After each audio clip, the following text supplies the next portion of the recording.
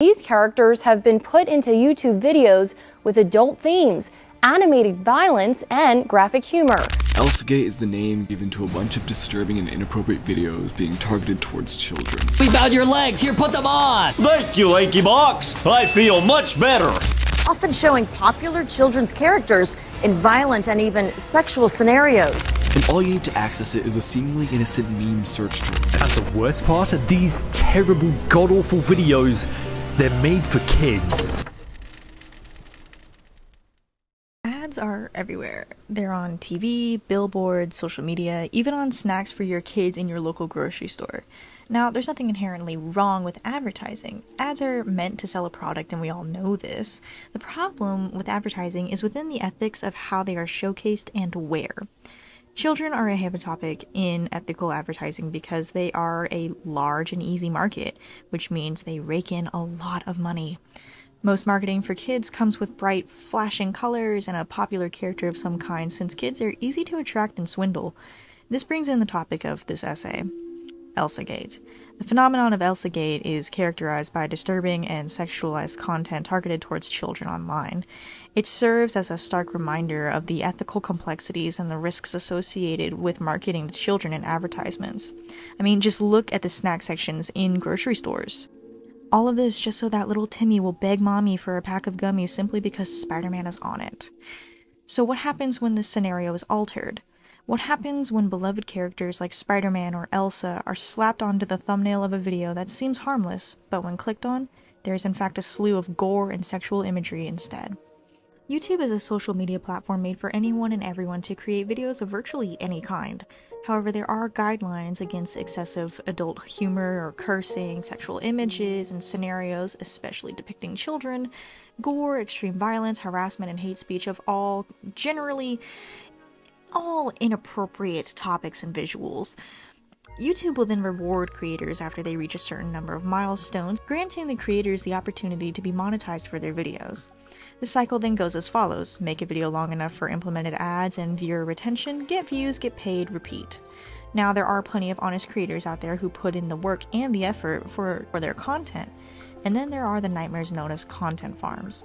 ACC Library Research Guides describes content farms as a company or organization that produces a large number of low-quality videos, then uses keywords and algorithms so that the content is placed prominently. Content farms can range from channels like LankyBox to Artologists. They are rarely educational, they target children, and they can easily turn into a trap to destroy children's innocence. But why, other than money? Why does this happen? Why are these Elsagate videos being made with the intention of being disturbing? Without getting into the conspiracies of a predatory ring underneath the surface of YouTube, the answer can be found in simple studies of advertisements for children. Dr. Eni van Wezenbeek of Ghent University conducted a series of studies over the attitude of preschoolers towards the advertising on TV and YouTube by showing the young children toys advertisements. The main question being, do they understand the difference between advertising and actual content? To put it briefly, almost half the children were able to distinguish advertising from regular media. Almost 70% of the children could correctly identify that the video was advertising. The paper later explains that the children could distinguish the differences, but lacked the critical attitude. Obviously, the brain doesn't fully even mature until you're in your 20s. Just think about yourself as a child and how you perceive the world. As a kid, I knew I was watching ads, but I didn't care so long as it was entertaining. I still get glued to the screen when I see a Diet Dr. Pepper commercial because I know Little Sweet is gonna be there. And that brings us back to the characters being implemented for viewer retention. If you've been on the internet long enough, or you're like me and you just have a random bank of internet knowledge, you would know that when something gets popular, it blows up on YouTube, especially among all the little Timmies. Back in 2015, the hot topic among kids was Marvel and Disney, so when you wanted content for kids back then, you would likely see marketable and popular characters everywhere.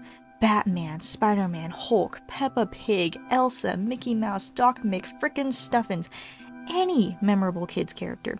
You could find a video of them here. As we know, these videos were not what they seemed, and they were more than likely disturbing and disgusting. For lack of better words, these videos may have been targeted towards kids, but they were not for kids. Content typically included characters engaging in adult fetishes, gross-out humor, if you can even call it that, and gratuitous gore and violence.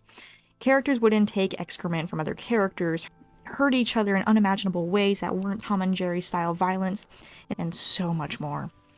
These topics should never be shown to create a sense of sexual curiosity, kink creation, and many other possibilities that we have yet to pinpoint. However, going into these videos and explaining this topic. So please check out his video and his whole playlist, and consider donating to the fundraiser to have this kind of content removed and to protect our youth. Even though YouTube did in fact take action after this content was brought to news stations and in the public eye, YouTube did a lackluster job in fixing the problem, and the content has returned with more fire than before. Originally titled Elsa Gate 2+er, however, there's a clear difference. The characters used are no longer Elsa and Spider-Man, but they are now characters from popular video games and cartoons that are traditionally more Friends, Doors, Choo Choo Charles, Garnet Ban Ban, Skibbity Toilet, The Amazing Digital Circus, to name a few. Per usual, the content includes a thumbnail with the popular character and perhaps in the scenario described in the title what these things are, what they mean, or none of it. They don't know what they're seeing. They just see something unfamiliar and they click on it. This leaves to the underdeveloped and curious minds to explore and inevitably be exposed and exploited. I cannot show most of these thumbnails because 1, I do not want to be responsible for exposing more viewers to this kind of debauchery, and 2, I would most likely get in trouble with YouTube, which is hilariously ironic that this content is allowed to exist on the platform, but I could get reprimanded for showing it. Just know, this content is disturbing, disgusting, and downright gross. What makes this even worse is the fact that kids don't even, albeit only be viewable on a certain site that just got banned in Texas. But it doesn't stop here. ElsaGate comes in one form with many different flavors, however there is a new challenger in the mix with a title now coined Incredigate. This new series of disgusting kids content follows the format of Mr. Incredible meme that died quite a while ago, but it lives on for the reaction to the image on the right.